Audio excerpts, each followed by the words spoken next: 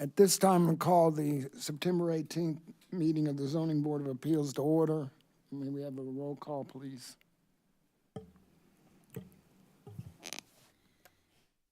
Ms. Chester, Mr. Cho, Ms. Ashley, Ms. McLaughlin. Here. Mr. Roosh. Here. And Warmbrun. Here. And Mr. Welch. Here. I believe we do have a quorum. Are there any changes to the agenda? There are no changes to the agenda. This time, then, call for the approval of the minutes of the June 26th meeting.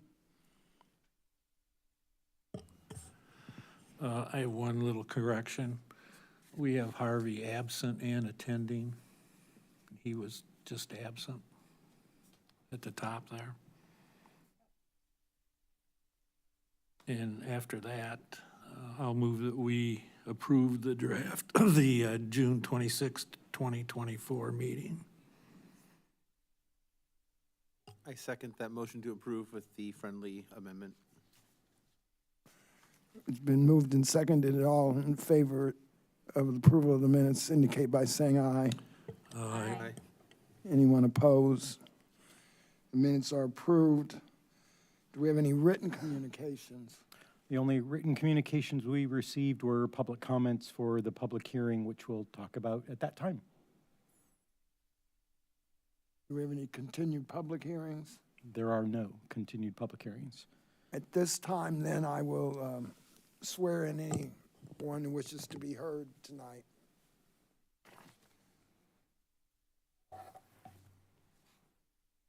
You swear or affirm that any testimony you give will be true and accurate to the best of your belief.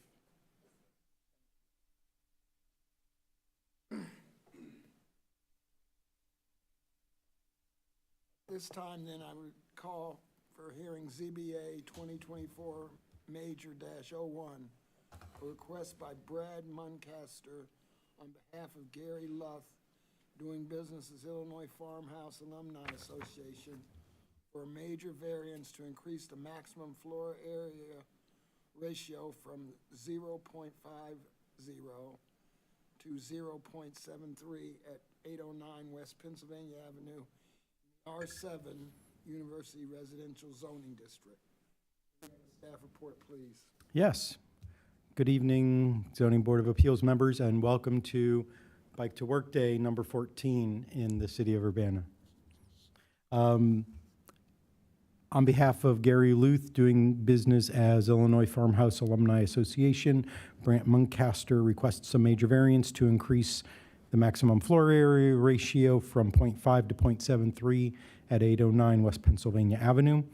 The Urbana zoning ordinance requires the ZBA to review the variance application and hold a public hearing. The board may recommend approval to City Council by a 2/3 majority vote, or recommend approval with conditions to City Council by a 2/3 majority vote, or deny the request. If the ZBA denies the request, it does not proceed to City Council.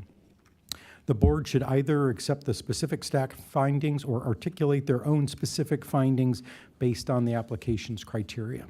Staff recommend the ZBA forward a recommendation to City Council to approve the major variance with one condition. The 3-story brick house on this property was built in 1927. The original building was 9,950 square feet with an 1,100 square foot garage. In 1979, a 2,000 square foot addition was built and the garage was demolished for a net increase of 1,000 square feet. It has always served as a fraternity or sorority and is currently the home of the Farmhouse fraternity. The property owner would like to replace the exterior fire escape stairs on the Lincoln Avenue side of the house with an enclosed stair tower to provide both safer egress and improved interior circulation for residents. The building is already non-conforming with an FAR of 0.67, which is 34% higher than the maximum 0.5 FAR allowed. Building an enclosed stair tower would increase the FAR to 0.73, which would be 46% higher than the maximum allowed. The property is located at the southeast corner of West Pennsylvania and South Lincoln Avenues. So this is a 1973 aerial on the site with the garage, and I believe there might not have been a fire escape stair at the time, but it's hard to tell from the aerial. In 1988, the garage is gone, the addition was built, and it looks pretty evident to me that there was a fire escape stair at that time.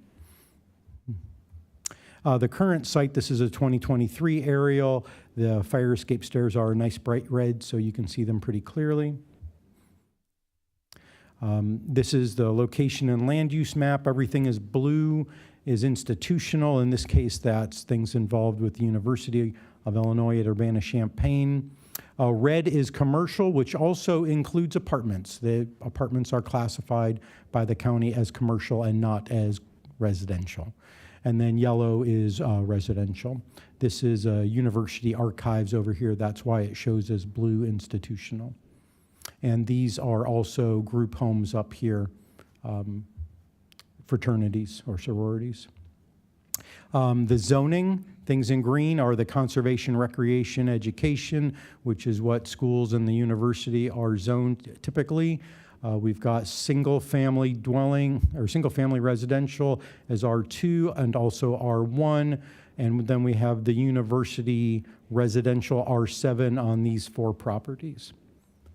The future land use is university residential, this one red parcel, and there's another one up here. The light blue is institutional, and then the yellow is general residential.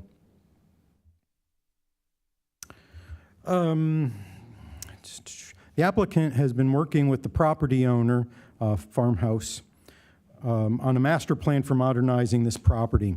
This round of renovations includes replacing the fire stairs with a stair tower.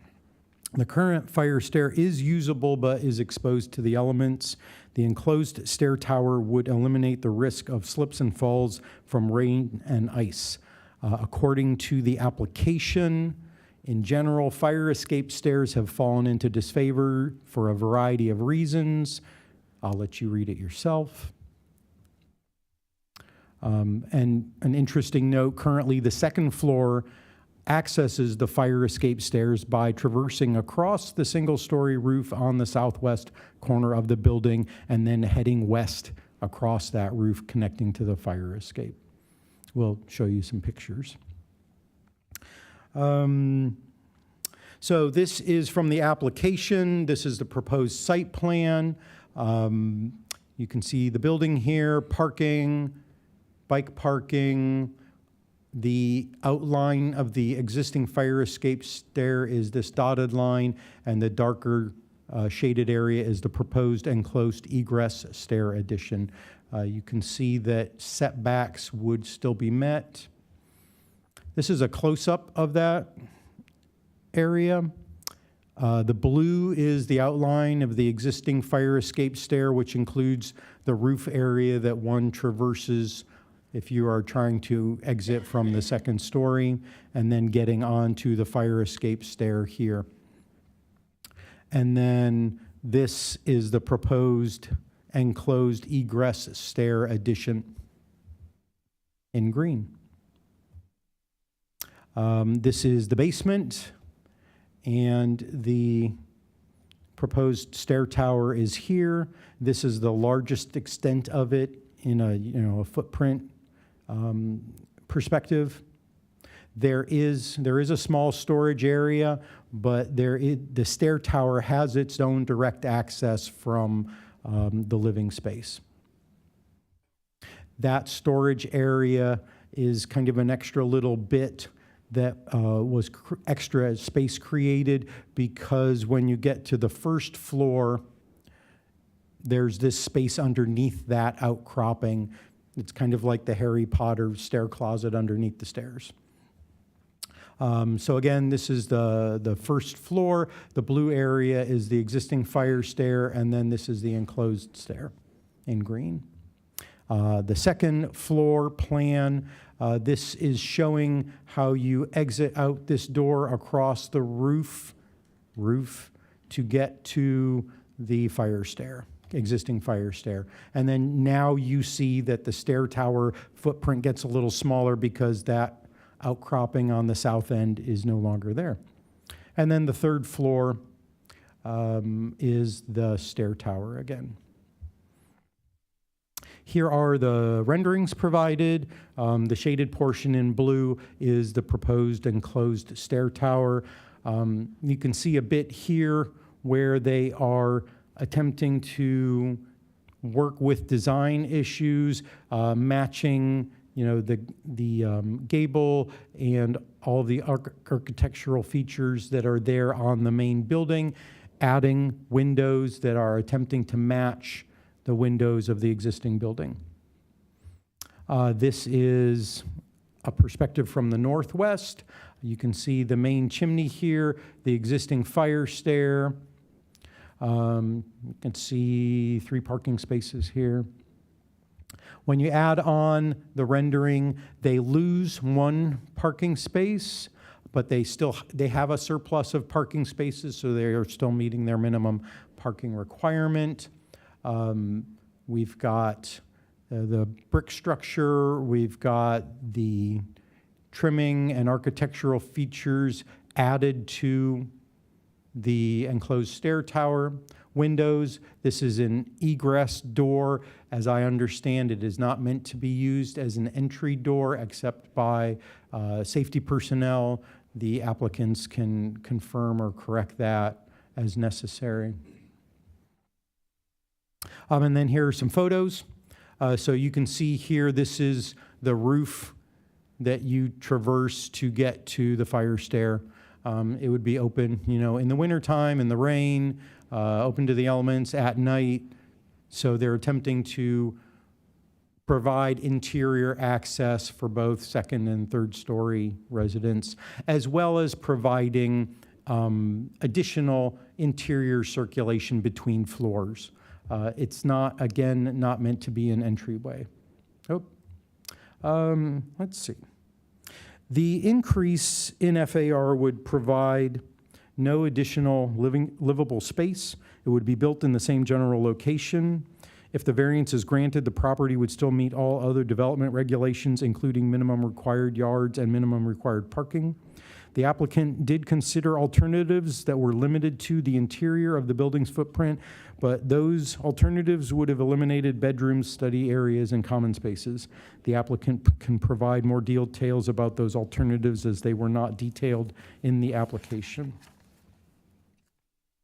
The zoning requirements for this property, and more specifically, lot coverage requirements, have changed several times over the decades. The original 1950 R1 zoning had no lot coverage regulations. From 1962 to 1977, the property was zoned R5, and there were still no lot coverage regulations. From 1979 to 1984, the property was zoned R6, which was high-density multiple-family residential, which had a maximum 1.4 FAR. When the addition was built in 1975, the 0.67 FAR was still well under that. In 1985, the city created the R7 University Residential Zoning District, which at that time had the same FAR of 1.4, so the property was still legally conforming. Finally, in 1990, the city reduced the district's FAR from 1.4 to 0.5, which resulted in 23 of the 41 buildings on R7 zoned properties being rendered legally non-conforming. That's 56%. Section 11.3 of the zoning ordinance requires the ZBA to make findings based on variance criteria. The board must first determine, based on the evidence presented, whether there are special circumstances or special practical difficulties with reference to the parcel concerned and carrying out the strict application of the ordinance. The special circumstance in this case is that the building, which was legally conforming when it was originally built and when it was expanded, was rendered legally non-conforming by a zoning amendment passed over 60 years after it was built. To provide an enclosed egress would require either a variance or the loss of interior living space, the latter which would be a practical difficulty for the property owner. So staff find this criterion met. The situation in this case that is not generally applicable to other structures in this zoning district is that the vast majority of the other 22 buildings do not have an exterior fire stair, which would exceed the allowed FAR if it were enclosed. So staff find this criterion met. The situation was not created by the petitioner, but by a zoning amendment passed 60 years after the building was constructed. So staff find this criterion met. Regarding altering the essential character of the neighborhood, the proposed stair tower's footprint is around 10% of the existing building. The stairs tower's location along Lincoln Avenue and the fact that it covers 2/3 of the wall would mean that it would be a highly visible change in the view to passersby. To mitigate this change, the applicant has designed the addition to blend into the existing building by using similar building materials, material color, and architectural features, including brick, stone accents, decorative cornice, parapet style, and windows. So going back to the renderings here. It will still be set back over 25 feet from the intersection, so it would not crowd the sidewalk or feel imposing to people walking by. Most of the R7 properties do not have exterior stairs, so enclosing one would not be out of character. The building's increased FAR may feel less out of character with the neighborhood, as the neighboring Chateau Normand was approved with an FAR of 0.68. So staff find this criterion partially met. The proposed stair tower would not create a nuisance at this time or in the future. The existing function of the area in question would remain as an egress, as it has been for almost a century. So staff find this criterion met. The requested variance represents generally the minimum deviation from the zoning ordinance's requirements to accommodate an enclosed egress for residents. The applicants invested other options through modifying the interior of the building. All of these resulted in an unacceptable loss of living space. So staff find this criterion met. Overall, staff find that 5 of the 6 criteria weigh in favor of granting the major variance and 1 weighs partially in favor. Staff published a legal ad in the News Gazette, sent letters to 28 property owners, and posted a public hearing sign on the property. And we received 1 comment in support of the request and 1 in objection to the request. And you have copies of those in front of you. The staff report includes a summary of the finding, and the ZBA has the following options in this case: a major variance to increase the maximum floor area ratio, to either forward the case to City Council with a recommendation to approve the variance as requested based on the findings outlined in this memo, or forward the case to City Council with a recommendation to approve the variance with certain terms and conditions, or deny the variance request. If the board elects to recommend conditions or recommend approval of the variances on findings other than those articulated just now, they should articulate their findings accordingly for the record. Based on the evidence presented, staff recommends that the Zoning Board of Appeals recommend approval of the proposed major variance in case ZBA 2024 Major 01 with 1 condition, that construction must be in general conformance with the attached site plan entitled Farmhouse Fraternity, August 809 West Pennsylvania Avenue, August 14th, 2024. And that's the end of the staff report. Brant Muncaster and Bridget Wakefield are here from Riefsteck, Wakefield, Fanning and Company to answer any questions. And I'm happy to answer any questions. Thank you, Marcus. Any questions for staff? Go ahead. The old fire escape, is it 1 person at a time or 2 people go down at a time? I have no idea. The new one, do you have any idea about it?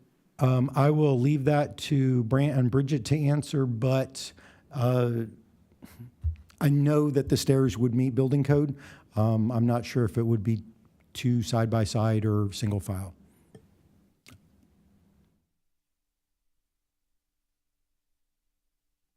Any other questions? Thank you. Thank you.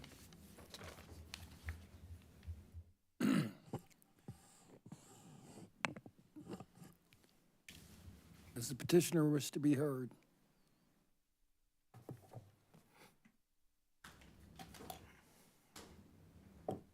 Please come forward and sign in as well. Thank you.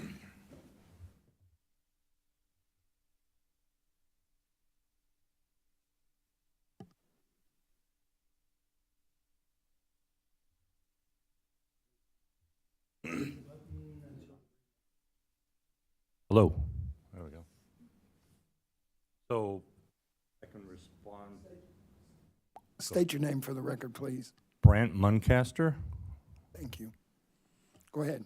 relative to the question on the fire escape, the fire escapes are allowed to be narrower than enclosed stairs, but it would end up being just a single stair, or just a single passage. The new stair, conforming with the new building codes, would be wide enough that two people would be able to go down it. So it would certainly be more safe.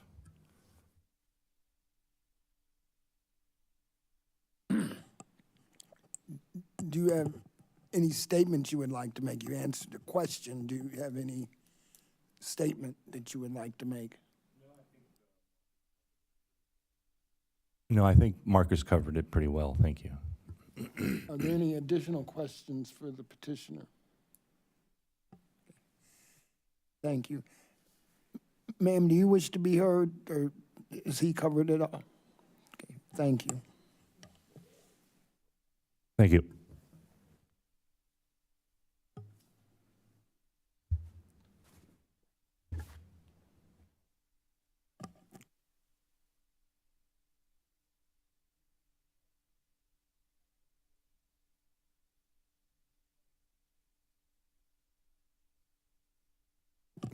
Or any questions? I'm sorry. Then at this time, do we have any motions in regard to this proposal? I move to approve the proposed major variance, ZBA 2024 Major 01, with the condition that construction must be in general conformance with the attached site plan, attachment 1 in our documents here, based on the findings of the staff report. Thank you. It's been moved. Is there a second to that? A second. Is there any additional discussion? Hearing none, then I believe I'm ready for a vote, which I believe would require affirmative vote of 3 to pass the motion on to the city council.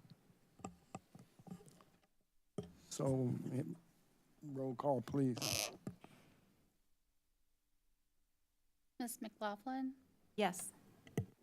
Mr. Roosh, Yes? Warmbrun, Yes. Mr. Welch. Yes, that motion carries with the necessary votes to make it eligible to be passed on to the city council for their review. At what meeting? It will be discussed at Committee of the Whole on October 7th, and then hopefully go to City Council on October 14th. Okay, thank you.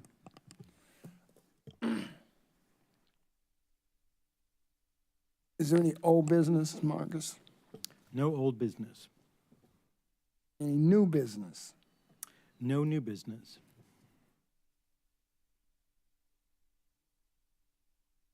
We have no audience, so there's no audience participation. Is there any staff report? The only thing I would like to report on is some results from actions that the ZBA has taken. On 408 West Main Street, the new duplex has been constructed that had a major variance granted, I think for FAR and maybe some yard setbacks. So on your way out tonight, if you drive up West Main Street, there's a nice two-story baby blue vinyl-sided duplex ready for somebody to live in. As well as you might remember, a request at 312 West Illinois, where there was a conditional use permit asked for a duplex in an R2 zoning district with like 6 variances for FAR and open space and 2 yard setbacks. We received a building permit application to demolish the building, and then the plans that were submitted met all of the requirements of the zoning ordinance. So, you know, it's not built yet, but the building permit application has been submitted. So, way to go.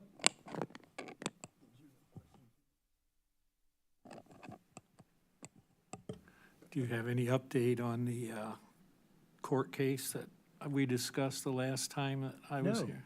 I don't. I will check in with Kevin and see if he knows anything about that, or we can check in with our new city attorney, Matt Rushley, and see, you know, if that's proceeding or where it's sitting or what. And then the bylaws? We have not started looking at our bylaws for this, so we could start doing that. I'll check in with Kevin. Do you have any things that you think need tweaked in that? Or, I mean, I imagine. Well, we discussed this, who knows when, but sometime, let's say February or January, and I think we were told that we were waiting for the new city attorney to get here to do this. And I think you did the planning commission's new bylaws prior to that. And We've done Historic Preservation Commission, and those are ready for the city attorney to review. I still have a real issue with, I guess, non-attendance of board members. Okay. Some policy involving that. And then just, we're supposed to look at them every 2 years, and we haven't looked at them in probably 4 or 5. Okay. Would you like that to be an agenda item for the next CBA meeting? Yes, please, whenever that may be. So I'll follow up on that and look at other tweaks that might need to be made. I know the hope is to, you know, in as much as we can with state law for different kinds of boards and commissions, we would like the language of the different boards and commissions to be somewhat similar. So say the attendance policy should be equitable and consistent between all the boards and commissions. But if it is poor for all of them, then maybe they all need to be looked at. But Well, I don't think there's to me, in none of these that I've read, there's a disqualification. So I don't know how somebody could get disqualified for any particular reason. And maybe I'm wrong there. I mean, can the mayor just say, if you get a new mayor, can the mayor come in and clear out the whole board? He can't, right? Because people are appointed to a certain year. Right. I'm Right. looking at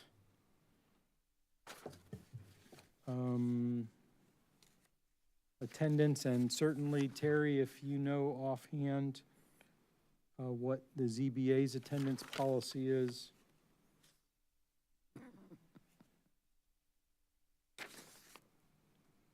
Well, we don't have a policy. It's not in there currently. Yeah. All right. If I may also ask, can you tell us what the current terms are and when each member's term is up, if you happen to have that information available? Oh, what each member's terms are? Yeah. Terry, do you have that? Okay.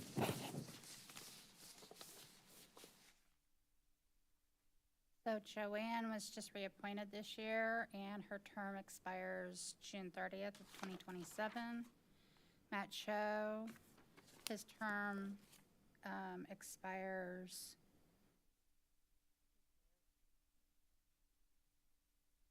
board members, ZBA members serve 5 years, so I'm wondering why Joanne's was only for 3. Anyway, Matt Cho's he was last reappointed in 2020, and so his term expires in 2025. Ashley's Ashley was reappointed in 2023. Your term expires in 2028. Adam, your term was reappointed in 23 as well and expires in 2028. Nancy's was reappointed in 2020 and will expire in 2025. Charles, yours was reappointed in 2021 and will expire in 2026. And Harvey, yours was in 2020, reappointed, and will expire next year in 2025. They try to stagger them so not all of your terms expire in the same year. That makes sense, thank you. Is the ZBA the only one that has 5-year terms that you know I of? believe so. Okay.